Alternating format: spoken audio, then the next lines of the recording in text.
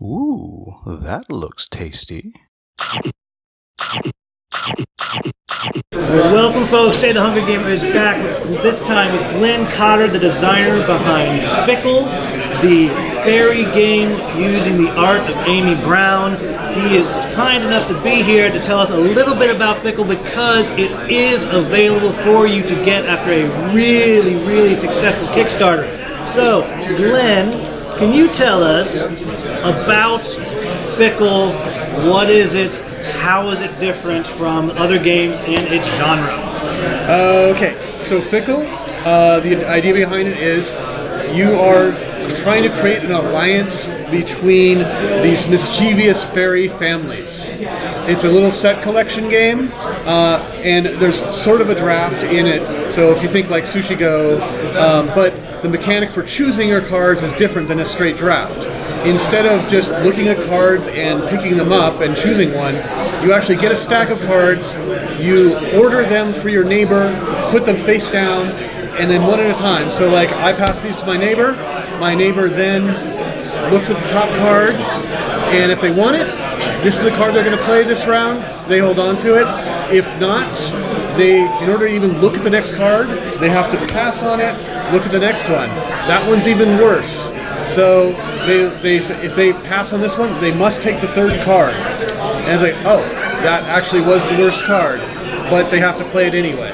So it sounds like a big part of the game is not just choosing the best card from the draft, it's really making sure the person you're passing to, that you're figuring out what's in their head, and are they going to assume that you're setting them up for failure, or you're just hiding the best card on the bottom? Right. It really helps when you play with friends you know, because you get into the mind games of like, because when you get to that second card and there's one left, and you look at your neighbor kind of like, what did you do? Is that good or bad? Because normally the last card is either going to be the best or the worst card. But if you know them, if you know your friend and they have to look at the last card, they have to know, put the worst one there. So it's just a straight, that's the game, right? You draft then and you put them down and that's it? No. Every time you play a card into your alliance, there's an ability. Each family has an ability, a unique ability that affects the alliances. So, for instance, you have the share. That's one that affects everyone. As soon as that enters the alliance, everyone takes their lowest value card and passes it in their alliance and passes it to their neighbor. Others are coerce. There's that. That one. You play that one, put it in your alliance, and you can choose a card to take from somebody else. Each card has a special, unique ability. You play with 5 factions in one game, but if you're familiar with like Dominion, where it has a large set of cards, but you only play with a small subset of them, this is the same, but it's more of a shuffle builder than a deck builder. You just take 5, shuffle together, start playing. And so you're playing with 5, but how many different factions are there? In this release, there's 22. So 5 out of 22 in every game.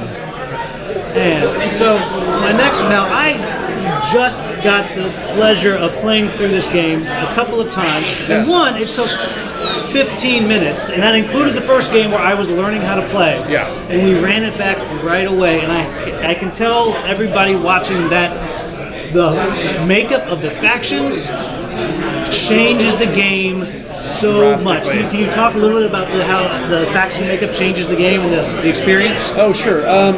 So like I said, you're only playing with 5, but because each one is a unique ability, depending on what types of abilities, so you can customize how you want to play the game, depending on your play style. Some of them are very take that direct abilities. If you like that chaos of just like stabbing each other, there's those abilities.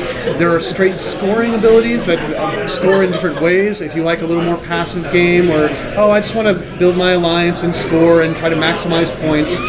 There are trickier cards, like I said, there's the global effects that affect everyone. There are reaction cards, so when and if something happens, triggers that you get to trigger an effect then. There are delayed effects cards like Psychic, where you get to actually look at the top 2 cards instead of the top 1, all sorts of things. And just for for everybody who's watching, I'm just going to hold up some of these cards so you can just see this artwork as we go. Oh yeah. And I have to say, Amy Brown, she's the artist behind this. She has a great following. She does great artwork, and it was wonderful to work with it because like the table presence is so nice. It just everything looks great. I mean, I couldn't be more proud of the artwork here on this game. People come by and look at it like, oh, that's gorgeous, and then they play the game and have a good time, and then they go like, wait, can I play it again? You can go ahead and just take 5 entirely different factions, start playing with them, and play almost immediately. You can teach and play the game in 20 minutes with 5 people. And part of the magic of that is most of it is simultaneous, like 2/3 of it. There's 3 parts in each round. One is the stacking, the second part is selecting, and only the third part, where we actually resolve the effects, is there any sequential play. So everyone's active almost the entire game, and it goes fast. 5 rounds, done. And so my last 2 questions Yeah. is for those of us who are foolish enough to miss the Kickstarter, what do we do? Because I don't think you want to come into your house and ask you to test it. Well, okay. So Kickstarter was very successful. We had over 1,000 backers. They're doing a print run right now. Bard is doing pre-orders. If you want to order, probably get it a week after the Kickstarters or so, and it's going to be close if you want to pre-order now. But again, look for it. So there are some stores that will have it as well. Like I talked to my local game store, and they're totally like, oh, we loved it. Let's get some copies.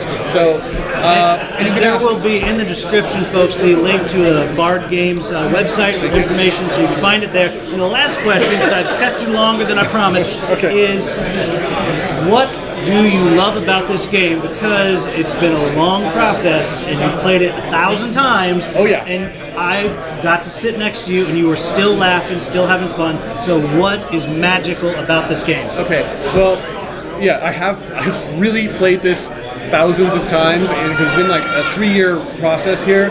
I still enjoy it every time I play it, and I think it is because regardless of the rules facilitate the play, but really it's about what happens between people, trying to get in each other's head, not just as far as like, oh, I'm going to play this card against you, and not so. No, it's the mental game of like, I'm going to stack this, because almost every game, you get that ability of like, I go through the first one, I look at the second one, and the third one, you're like, oh, you got me. It's not, the game didn't do it. The other player did. They got into your mind and got you. Well, Glenn, thank you so much for taking the time. Everybody, thank you for watching. As always, have a wonderful, wonderful day. Thank you. Thank you for having me.